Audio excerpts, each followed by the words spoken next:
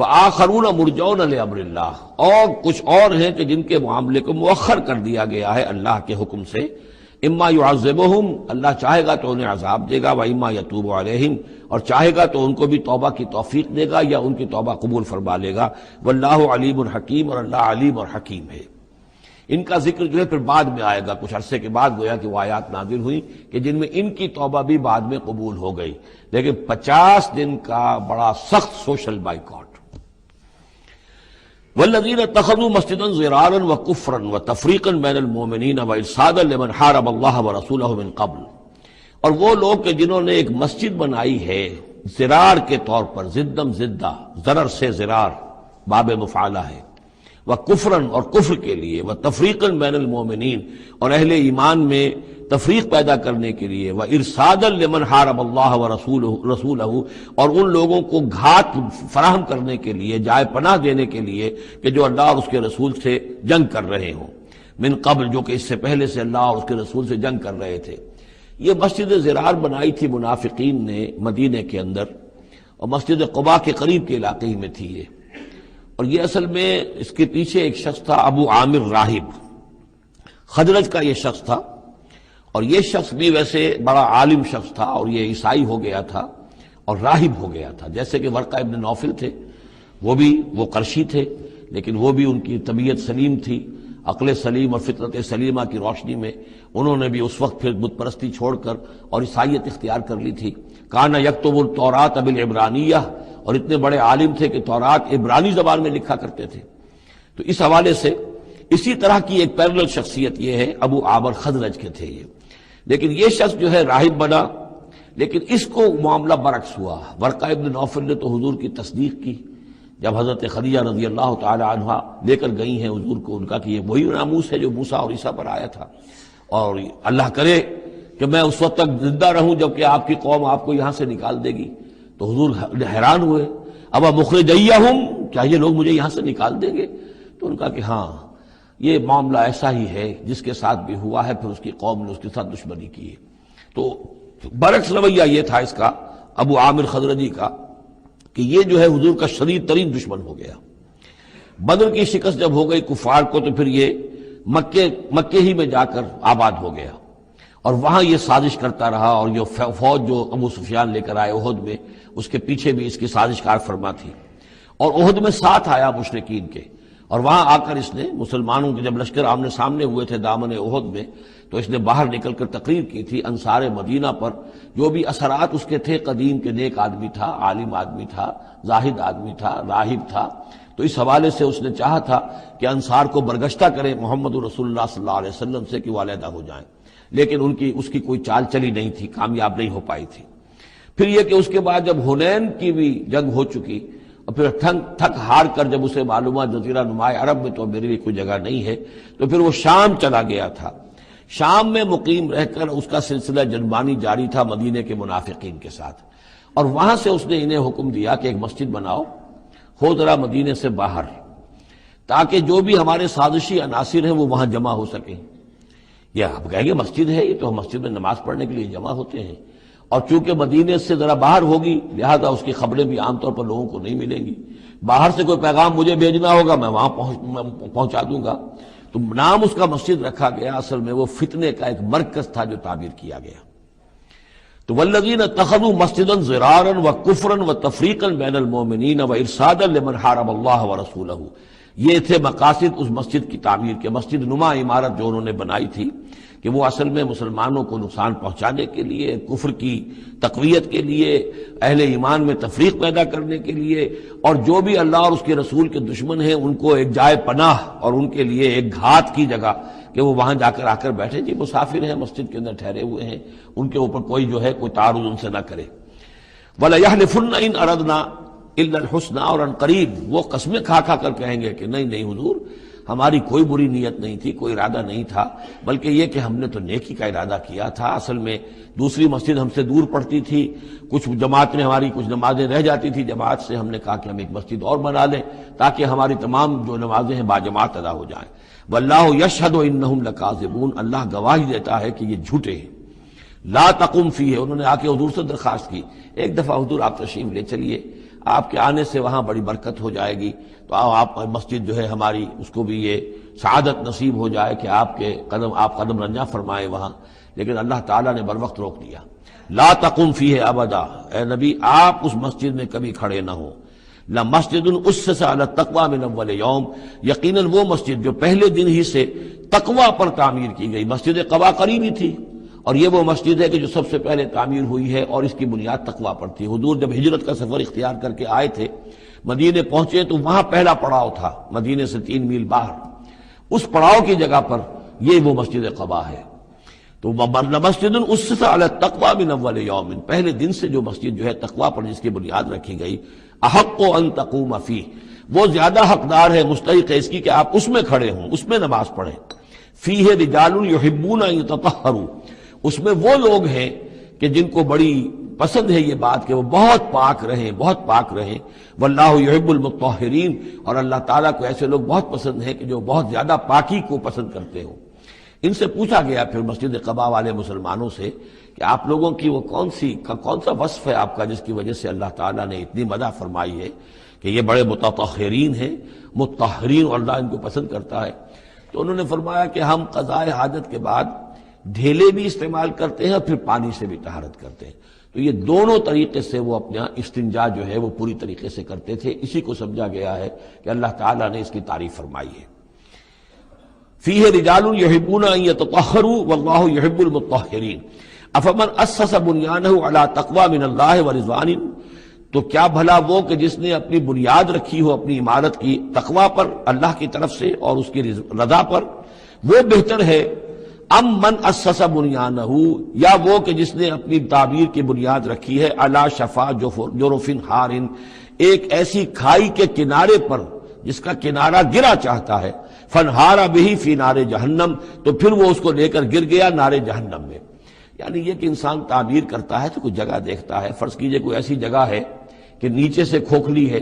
آپ نے دیکھا ہوگا بعض جگہ دریاؤں کے کناروں کے اوپر کہ نیچے سے لیکن اوپر کنارہ چلا آ رہا ہے، اب اس کنارے کے اوپر جو ہے جس کے نیچے سپورٹ نہیں ہے، کوئی تعمیر کرے گا تو تعمیر کہاں جائے گی؟ وہ تو ظاہر بات ہے کہ وہ دریا میں گر جائے گی۔ تو اصل میں یہ جو تدبیریں ہوتی ہیں منافقین کی، ان کی مثال ایسے ہے کہ جہنم کے کنارے کے اوپر یہ خشکی ہے، اس کا کنارہ باہر نکلا ہوا ہے، اس پر یہ اپنی تعمیر کر رہے ہیں، ظاہر بات ہے کہ وہ کنارہ بھی ڈھہ جائے گا اور ان کو اور ان کی تعمیر کو لے کر جہنم میں جا گرے گا۔ واللہ لا یہدی القوم الظالمین، اور اللہ تعالیٰ ایسے ظالم لوگوں کو راہیاب نہیں کرتا۔ لا یزال بنیانہم الذی بنوا ریبۃ فی قلوبہم، یہ عمارت جو انہوں نے بنائی ہے، یعنی یہ جو بھی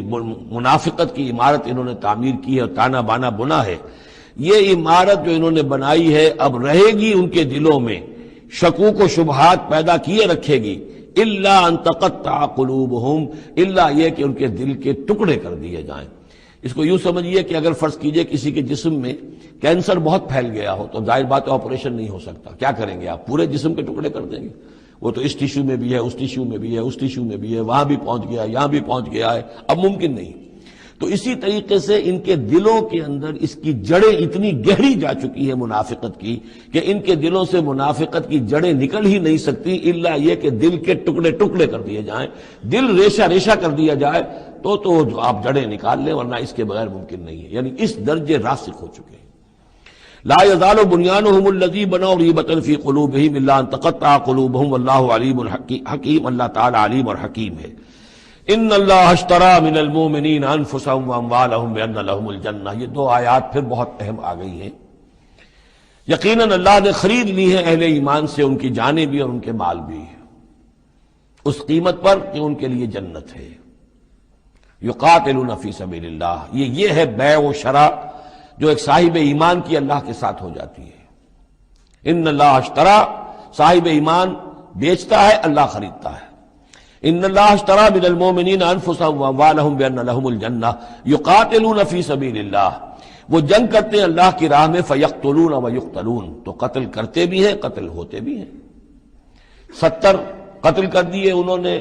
قرشی میدان بدر میں، 70 شہید ہو گئے دامن احد میں۔ وعد اللہ علیہ حقا، وعدن علیہ حقا، یہ وعدہ اللہ کے ذمے ہے، ثابت ہے، پختہ ہے، قائم ہے، یعنی جنت انہیں اللہ دے کر رہے گا۔ اس میں اصل میں جو بین السطور کہیے یا جو چیز پس منظر میں ہے وہ یہ ہے کہ ایک سودا ہوتا ہے نقد، آپ نے مال دیا اور قیمت لے لی، بات ختم ہو گئی۔ یہ جو اللہ کے ساتھ سودا ہے یہ ادھار ہے، یہاں سب کچھ لگا دو، خرچ کر دو، جان مال تن من دھن لگا دو، آخرت میں ملے گی جنت۔ جنت یہاں نہیں ہے، جنت وہاں ہے۔ تو چونکہ ادھار کا سودا ہے اس پر دل میں کچھ نہ کچھ دغدغہ رہتا ہے۔ نو نقد نہ تیرا ادھار والی جو مثال ہے کہ نو نقد نہ تیرا ادھار کی 13 سے بہتر ہے کہ 9 جو نقد ملتے ہیں وہ لے لیے جائیں۔ تو اس حوالے سے جو ہے انسانی کمزوری بربنائے طبع بشری اس کے اندر ایک دغدغہ رہتا ہے، اس کو اب کس زور کے ساتھ اس کی نفی کی جا رہی۔ وعدن علیہ حقا، کوئی شک نہ کرو یہ وعدہ ہے اس کے ذمے حق ثابت، فی التوراۃ والانجیل والقرآن، اور اللہ کی طرف سے اس وعدے کی توثیق 3 دفعہ ہو چکی ہے، تورات میں ہوئی، انجیل میں ہوئی، قرآن میں ہوئی۔ ومن اوفی بعہدہ من اللہ، اور اللہ سے بڑھ کر اپنے عہد کا وفا کرنے والا کون ہوگا؟ فاستبشروا ببیعکم الذی بایعتم بہ، پس خوشیاں مناؤ، جشن مناؤ اس بیع پر جو تم نے کی ہے۔ اب یہاں ایک لفظ اور آ گیا، بایعتم بہ، آپس میں جو سودا کیا ہے۔ مبایعت باب مفاعلہ، با یبیع بیچنا، یہ ثلاثی مجرد ہے، اور یہ جو ہے بیعت بنتی ہے بایع یبایع، آپس میں کوئی سودا کر لینا۔ تو فاستبشروا ببیعکم الذی بایعتم بہ، بس خوشیاں مناؤ اس بیع پر جس کا سودا تم نے اپنے اللہ سے کیا ہے۔ یہیں سے لفظ بیعت نکلا ہے۔ بیعت کیا ہے؟ ایک بندہ اللہ کے حوالے کرتا ہے اپنے آپ کو، لیکن چونکہ اللہ تعالیٰ تو سامنے خود موجود نہیں ہے، اس وقت اللہ کے رسول تھے، تو بیعت ہو رہی ہے اصل میں تو اللہ سے، بیع اللہ سے ہے اور بیعت رسول اللہ سے ہو رہی ہے صلی اللہ علیہ وسلم۔ دست مبارک اللہ کا نہیں ہے بلکہ اللہ کے رسول کا ہے۔ البتہ ایک جگہ ہم جا کر دیکھ لیں گے کہ فرمایا گیا کہ ایک تیسرا ہاتھ اور بھی ہے، انویزیبل ہاتھ، غیر مرئی ہاتھ اللہ کا بھی ہے، ید اللہ فوق ایدیہم، اللہ کا ہاتھ ان کے ہاتھوں کے اوپر ہے۔ تو یہ بیع ہے، یہ سودا ہے، یہ ایمان کا لازمی تقاضا ہے۔ ان اللہ اشتری من المؤمنین انفسهم واموالهم بان لهم الجنہ یقاتلون فی سبیل اللہ فیقتلون ویقتلون وعدا علیہ حقا فی التوراۃ والانجیل والقرآن ومن اوفی بعہدہ من اللہ فاستبشروا ببیعکم الذی بایعتم بہ وذلک هو الفوز العظیم۔ اور یہی ہے بہت بڑی کامیابی۔ اللہ تعالی ہم میں سے ہر ایک کو یہ توفیق دے کہ اللہ کے ساتھ یہ بیع و شراء ہم کریں، اللہ کے ساتھ سودا کریں اور اللہ تعالیٰ کے ہاتھ اپنے جانیں اور مال بیچ دیں۔ اب اس کا جو ظہور ہوگا انسانی شخصیت میں وہ کیا ہے؟ یہ آیت بھی بڑی ہی گمبھیر اور بڑی جامع آیت ہے، بہت جامع آیت ہے۔ اس میں 9 الفاظ آئے ہیں، التائبون العابدون الحامدون السائحون الراکعون الساجدون الآمرون بالمعروف والناہون عن المنکر والحافظون لحدود اللہ وبشر المؤمنین۔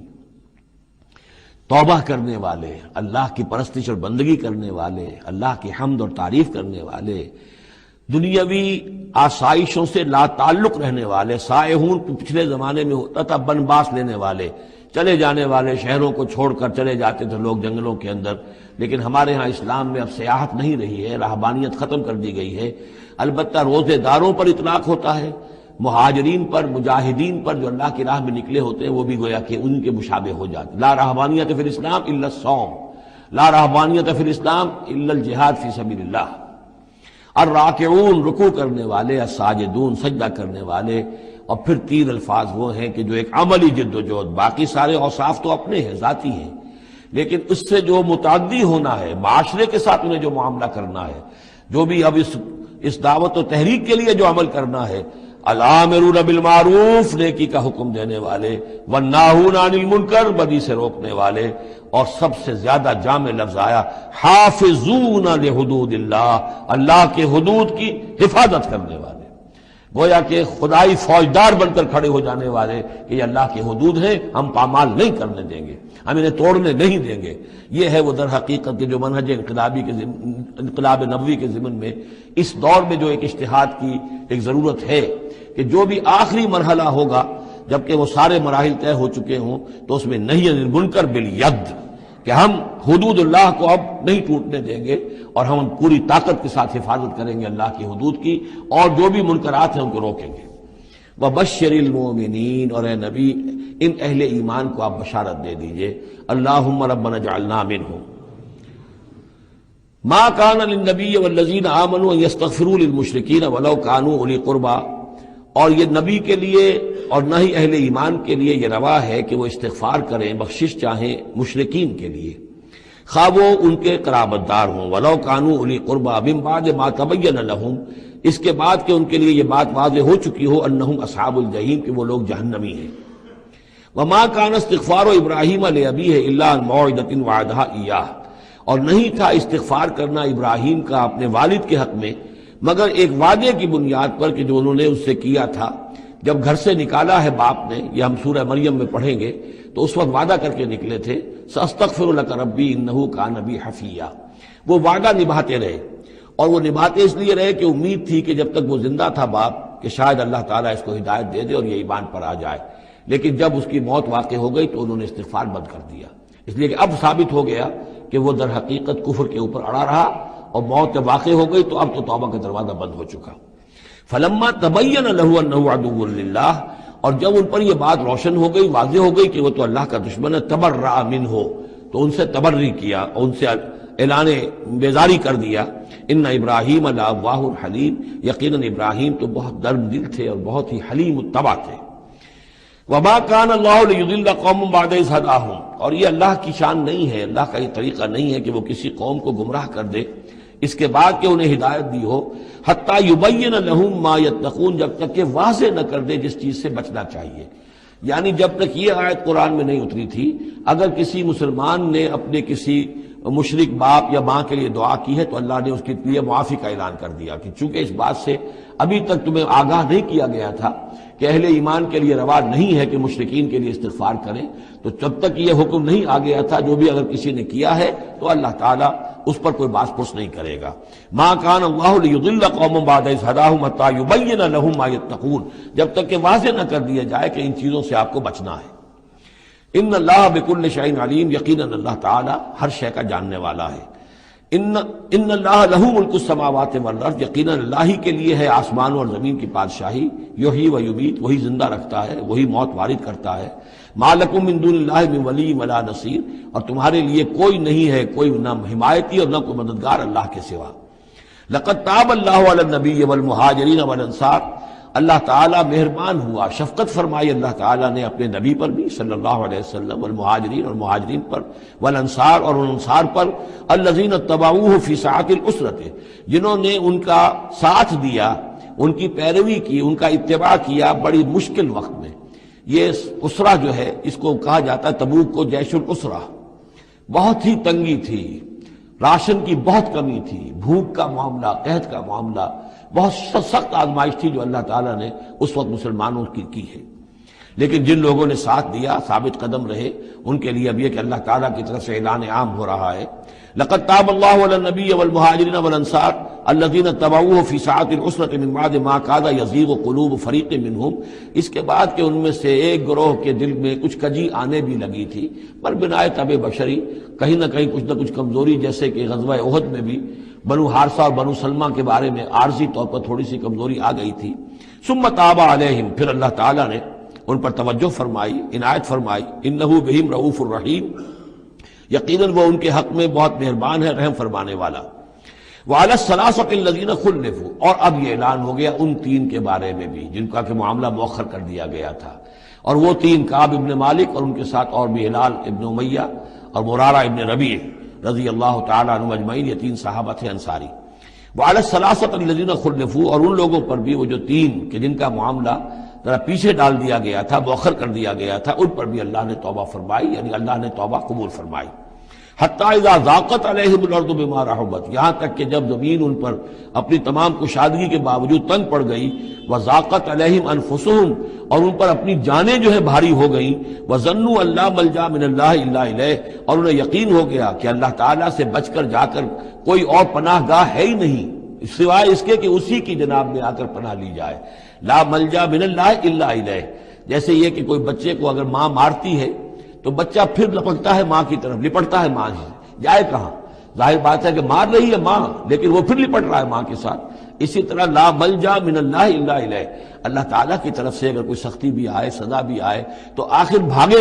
جائیں کہاں؟ اللہ ہی کی جناب میں پھر پناہ لینی ہے۔ نہ کہیں جہاں میں کما ملی جو اما ملی تو کہاں ملی میرے جرم خانہ خراب کو تیرے عفو بندہ نواز میں۔ ثم تاب علیہم لیتوبوا، تو اللہ تعالیٰ نے ان کی توبہ قبول فرمائی تاکہ وہ بھی دوبارہ متوجہ ہو جائیں اور اپنی جو بھی کمزوریاں تھیں ان کو رفع کریں۔ ان اللہ هو التواب الرحیم، یقیناً اللہ تعالیٰ تواب ہے اور رحیم ہے۔ یا ایھا الذین آمنوا اتقوا اللہ وکونوا مع الصادقین، اہل ایمان اللہ کا تقوی اختیار کرو اور دیکھو صادقین کی جماعت کے ساتھ جڑے رہو۔ یہ جڑے رہنا جو ہے یہ ہے در حقیقت کسی جماعتی زندگی کے اندر، جیسا کہ ہم نے اس سے پہلے پڑھا تھا سورہ انعام میں، لَهُ أَصْحَابٌ يَدْعُونَهُ إِلَى الْهُدَى ائْتِنَا، اگر کسی کے کوئی ساتھی ہوں، کسی وقت کسی کا پاؤں گر گیا، پھسل گیا، تو کوئی اور ساتھی سہارا دینے والا ہو، ہاتھ پکڑنے والا ہو، کسی کی کسی وقت ہمت جو ہے جواب دے رہی ہے تو دوسرا جو ہے اس کی ہمت بنانے والا ہو، اجتماعی زندگی جو برکتیں ہیں۔ یا ایھا الذین آمنوا اتقوا اللہ وکونوا مع الصادقین، اور سچے لوگوں کی معیت اختیار کرو۔ ما کان لأہل المدینۃ ومن حولہم من الاعراب ان یتخلفوا عن رسول اللہ، یہ بالکل روا نہیں تھا مدینے والوں کے لیے اور نہ ہی جو ان کے ارد گرد تھے بدو لوگ جو آباد تھے کہ وہ پیچھے رہ جاتے رسول کو چھوڑ کر۔ رسول جا رہے ہیں، تپتی راہیں مجھ کو پکارے، دامن پکڑے چھاؤں گھنیری، وہ تپتی راہوں کی طرف رسول تو جا رہے ہیں اور یہ بیٹھے رہے اپنی ٹھنڈی چھاؤں کے اندر۔ وَلَا يَرْغَبُوا بِأَنفُسِهِمْ عَن نَفْسِهِ، اور نہ ان کے لیے یہ روا تھا کہ وہ نبی کی جان سے بڑھ کر اپنی جان کی فکر کرتے، اپنی جان کی پرواہ کرتے، اپنی آسائش اور اپنی حفاظت اور اپنی عافیت جو ہے اس کی فکر کرتے۔ ذَلِكَ بِأَنَّهُمْ لَا يُصِيبُهُمْ ظَمَأٌ، یہ اس لیے کہ انہیں نہ تو آتی کوئی بھوک پیاس لگتی، ولا نصب، نہ کوئی ان کے اوپر تکان طاری ہوتی، ولا مخمصۃ، نہ کبھی انہیں فاقے کی تکلیف گوارا کرنا پڑتی فی سبیل اللہ، اللہ کے راہ میں، ولا یطعون موطئا، اور نہ ہی وہ قدم رکھتے کسی جگہ پر یغیظ الکفار، جس سے کہ کفار کو جو ہے کے دلوں میں آگ لگے، ولا ینالون من عدو نیلا، اور نہ وہ لیتے اپنے دشمن سے کچھ بھی، کوئی بازی حاصل کرتے، کچھ پاتے، کچھ اس سے فتح حاصل کرتے، الا کتب لهم به عمل صالح، مگر یہ کہ ہر اس فعل کے ساتھ ساتھ ان کے اعمال میں عمل صالح نیکیوں کا اندراج ہوتا رہتا، چاہے کبھی بھوک لگتی، کبھی پیاس لگتی، کبھی کوئی اور تکلیف ہوتی، کہیں چلنا پڑتا، اس کی مشقت ہو جاتی، تکان ہو جاتی، کہیں دشمن سے کوئی غزل پہنچا کر اہل ایمان کو لیے کوئی نفع حاصل کر لیا جاتا، جو بھی ہوتا یہ سب کا سب ان کے نامہ اعمال میں نیکیوں کی صورت میں درج ہوتا چلا جاتا۔ ان اللہ لا یضیع اجر المحسنین، یقیناً اللہ تعالی محسنوں کے اجر کو ضائع نہیں کرتا۔ ولا ينفقون نفقة صغیرة ولا کبیرة، اور نہ ہی وہ خرچ کرتے کوئی نفقہ، کوئی انفاق چھوٹا ہو یا بڑا، ولا يقطعون وادیا، اور نہ طے کرتے کوئی وادی، الا کتب لهم، مگر یہ کہ وہ لکھ لی جاتی ان کے سارے نامہ اعمال کے اندر، یہ سارے اعمال درج ہو جاتے۔ لیجزیہم اللہ احسن ما كانوا يعملون، تاکہ اللہ تعالیٰ انہیں بدلہ دیتا بہت ہی عمدہ اس کا کہ جو وہ کرتے رہے ہیں۔ وما كان المؤمنون لينفروا كافة، اور اہل ایمان کے لیے یہ بات تو ممکن نہیں ہے کہ وہ سب کے سب نکل آئیں۔ اب یہ در حقیقت حل بتایا جا رہا ہے، چونکہ یہ بات سامنے آ چکی ہے کہ جو لوگ بدو ہیں، بادیہ نشین ہیں، وہ کفر میں اور نفاق میں زیادہ سخت ہیں، ان کو حضور کی صحبت سے فائدہ نہیں پہنچ رہا، استفادہ نہیں کر پاتے۔ اب کیا کیا جائے، اس کا حل کیا ہو؟ یہ تو ممکن نہیں ہے کہ سارے بادیہ نشین آئیں اور مدینے میں آباد ہو جائیں۔ ما کان المؤمنون لینفروا کافہ، سب کے سب اپنے اپنے علاقوں کو چھوڑیں اور آ جائیں مدینے میں، تو اب کیا شکل ہوگی؟ فلولا نفر من کل فرقۃ طائفۃ منہم طائفۃ،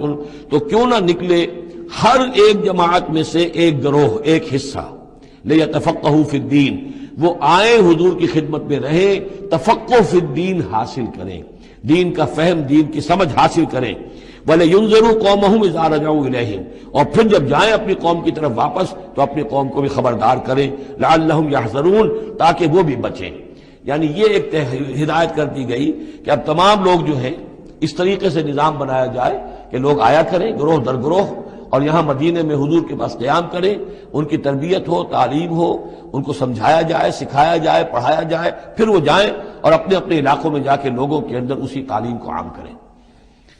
یا ایھا الذین آمنوا قاتلوا الذین یلونکم من الکفار، اہل ایمان جنگ کرو ان کافروں سے جو تمہارے ساتھ ملحق ہیں، اصل میں یہ چونکہ اب حضور صلی اللہ علیہ وسلم کی جو دعوت کا بین الاقوامی یا عالمی یا آفاقی دور ہے اس کا آغاز ہو چکا ہے، اب اس کو بڑھنا ہے، تو یہاں حکم دیا جا رہا ہے اب جو دارالاسلام کی سرحد یہاں ہے تو جو کافر یہاں بستے ہیں ان سے قتال کرو، پھر وہ سرحد آگے چلی جائے گی تو اگلوں کے ساتھ قتال کرو۔ یہ قتال جاری رہنا ہے تاں آ کے پوری دنیا پر اللہ کا دین غالب ہو جائے۔ جیسے کہ وہ قتال جاری رہا قاتلوہم حتی لا تکون فتنۃ ویکون الدین کلہ للہ، جیسے جزیرہ نما عرب کی حد تک قتال کے جاری رکھنے کا حکم تھا کہ جب تک جزیرہ نما عرب سے کفر اور شرک کا خاتمہ نہیں ہو جاتا اور اللہ کا دین وہاں غالب نہیں ہو جاتا یہ جنگ جاری رہے گی۔ اب معاملہ یہ ہے کہ حضور صرف عرب کے لیے نہیں بھیجے گئے تھے بلکہ پوری دنیا کے لیے، لہذا اب اس کے لیے یہ اعلان عام ہے، چارٹر ہے، اسی پر عمل کرتے ہوئے فوجیں نکلی ہیں۔ ورنہ جیسا کہ میں نے کئی مرتبہ عرض کیا ہے، ایرانیوں نے تو کہا بھی تھا کہ ہمارے اوپر کیوں تم چڑھ کر آ گئے ہو، یہ اللہ کا حکم ہے۔ یا ایھا الذین آمنوا قاتلوا الذین یلونکم من الکفار ولیجدوا فیکم غلظہ، اور چاہیے کہ وہ تمہارے اندر سختی محسوس کریں، نرمی نہ پائیں، سختی محسوس کریں۔ وَاعْلَمُوا أَنَّ اللَّهَ مَعَ الْمُتَّقِينَ، اور جان لو کہ اللہ تعالیٰ متقیوں کے ساتھ ہے۔ وَإِذَا مَا أُنزِلَتْ سُورَةٌ فَمِنْهُم مَّن يَقُولُ أَيُّكُمْ زَادَتْهُ هَٰذِهِ ایمانا، اور جب کوئی سورت نازل ہوتی ہے تو وہ کہتے ہیں آپس میں، پھر منافقین کا تذکرہ ہو رہا ہے، بھائی کس کے ایمان میں اضافہ ہو گیا اس سورت سے، استہزاء کے انداز میں، کیونکہ یہ بات کہی گئی ہے جب وہ آیات سنتے ہیں اللہ کی تو ان کے ایمان میں اضافہ ہوتا ہے، تو اب وہ تبصر کرتے تھے۔ وَإِذَا نَزَلَتْ سُورَةٌ أُنزِلَتْ سُورَةٌ، جب کوئی سورت نازل کی جاتی ہے، فَمِنْهُمْ، تو ان میں سے وہ لوگ بھی ہیں جو کہتے ہیں مَن يَقُولُ أَيُّكُمْ زَادَتْهُ هَٰذِهِ ایمانا، اس سورت کے آنے سے تم میں سے کس کس کے ایمان میں اضافہ ہو گیا۔ فَأَمَّا الَّذِينَ آمَنُوا فَزَادَتْهُمْ ایمانا، تو واقعتاً جو ایمان والے ہیں ان کے ایمان میں یقیناً اضافہ ہوا ہے۔ وَهُمْ يَسْتَبْشِرُونَ، اور وہ خوش ہوتے ہیں، خوشیاں مناتے ہیں، اللہ نے مزید آیات اتاری ہیں، اللہ نے ہمارے ایمان کو اور جلا بخشی ہے۔ وَأَمَّا الَّذِينَ فِي قُلُوبِهِم مَرَضٌ، رہ گئے وہ لوگ کہ جن کے دلوں میں روگ ہے، فَزَادَتْهُمْ رِجْسًا إِلَىٰ رِجْسِهِمْ، تو ان کے جو گندگی پہلے سے ہے ان آیات کے نزول کے بعد بھی ان کی گندگی ہی میں اضافہ ہوتا ہے۔ وَمَاتُوا وَهُمْ كَافِرُونَ، اور وہ مرتے ہیں اسی حال میں کہ وہ کافر ہوتے ہیں۔ أَوَلَا يَرَوْنَ أَنَّهُمْ يُفْتَنُونَ فِي كُلِّ عَامٍ مَرَّةً أَوْ مَرَّتَيْنِ، کیا یہ منافق دیکھتے نہیں ہیں کہ ہر سال ان کو آزمایا جا رہا ہے، ایک بار یا دو بار، کوئی نہ کوئی مرحلہ آ جاتا ہے ہر سال، کوئی قتال کا مرحلہ آ گیا، کوئی اور آزمائش آ گئی۔ ثم لا يتوبون ولا هم يذكرون، اس کے باوجود نہ یہ توبہ کرتے ہیں اور نہ ہی نصیحت اخذ کرتے ہیں۔ وَإِذَا مَا أُنزِلَتْ سُورَةٌ نَظَرَ بَعْضُهُمْ إِلَىٰ بَعْضٍ، اور جب کوئی صورت نہیں اترتی ہے جس میں قتال کا ذکر بھی ہو جائے تو پھر وہ ایک دوسرے کو دیکھتے ہیں، نَظَرَ بَعْضُهُمْ إِلَىٰ بَعْضٍ، کنکھیوں سے، آنکھوں میں اشارے کرتے ہیں، هَلْ يَرَاكُم مِّنْ أَحَدٍ، تمہیں کوئی دیکھ تو نہیں رہا۔ ثم انصرفوا، پھر وہ وہاں سے کھسک جاتے ہیں۔ صرف اللہ قلوبہم، اصل میں اللہ تعالیٰ نے ان کے دلوں کو پھیر دیا ہے، بأنہم قوم لا یفقہون، اس لیے کہ ان کے دل تفقہ سے خالی ہیں۔ اب یہ جو دو آیتیں ہیں یہ قرآن مجید کی عظیم ترین آیات میں سے ہیں۔ لقد جاءکم رسول من انفسکم، لوگوں دیکھو آ گیا ہے تمہارے پاس ہمارا رسول صلی اللہ علیہ وسلم، تم ہی میں سے ہے، انسان ہے، بنی نوع بشر میں سے ہے۔ عزیز علیہ ما عنتم، اور مسلمانوں جو تم پر کوئی بات مشکل کی ہوتی ہے وہ ان پر بھی بڑی بھاری گزرتی ہے۔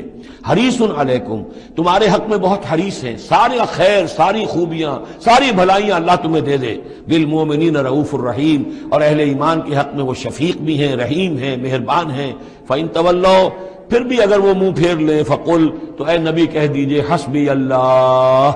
میرے لیے اللہ کافی ہے، لا الہ الا ہو، اس کے سوا کوئی معبود نہیں، علیہ توکل، تو میں نے اس پر توکل کیا ہے، وہو رب العرش العظیم، اور وہ بہت بڑے عرش کا رب ہے، وہ عرش جو اس کا ہمارے تصور کے اندر آ ہی نہیں سکتا، رب العرش العظیم، بڑے عرش والا مالک ہے۔